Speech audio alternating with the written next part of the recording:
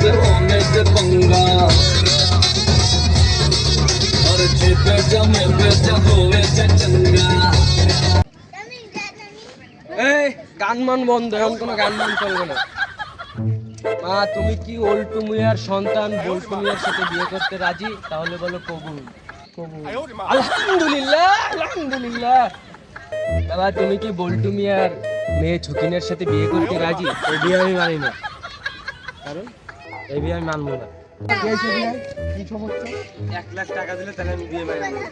না এটা তো কোনো কথা ছিল না, আপনি বললেন যে আমার তোলার কিছু লাগবে না, তারপরে আপনি বললেন না এটা সমস্যা আছে, কারণ আপনি যদি বিয়ের আগে কইতেন তাইলে সে 1 লাখ টাকা দিত, কিন্তু আপনি এখন এই বিয়ের মাঝখানে দিকে ঝামেলা করা যাবে না। যাই হোক আমার 1 লাখ টাকা হলে আমার না এটা মানা সম্ভবই না। অসম্ভব হয়ে যাচ্ছে। তাইলে আমার ছেলের বিয়ে দেবো। না তাহলে এই খরচ খরচা দিয়ে যান।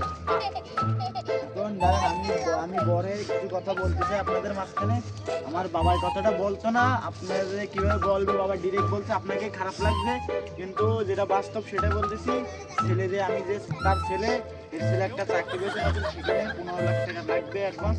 কারণ তার দ্বারে সব এই বিয়েতে পানিতে খরচা কইরে এর দ্বারে কিছু টাকা সংকট আছে। আপনারা যদি 1 লাখ টাকা দেন তাহলে তার আর কোনো জায়গা বাইরে ঋণ পানি করা লাগবে না। এই জন্য ছেলে বলছে, আমার বাবা হয়তো বা বুঝাই বলতে পারে না, আপনাকে মনে কষ্ট দিয়েছে।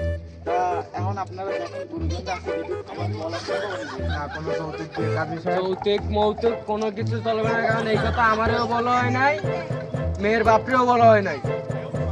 এই যে তোমার বিয়ে করে যাচ্ছি না, তাইলে বিয়ে করা সম্ভব না। আব্বা চলে এ লবিক শফিক এদিকে আয়, কই কি রে পাগলায়? বাবা চলো, বাবা চলো। আমি যৌতুক দিয়ে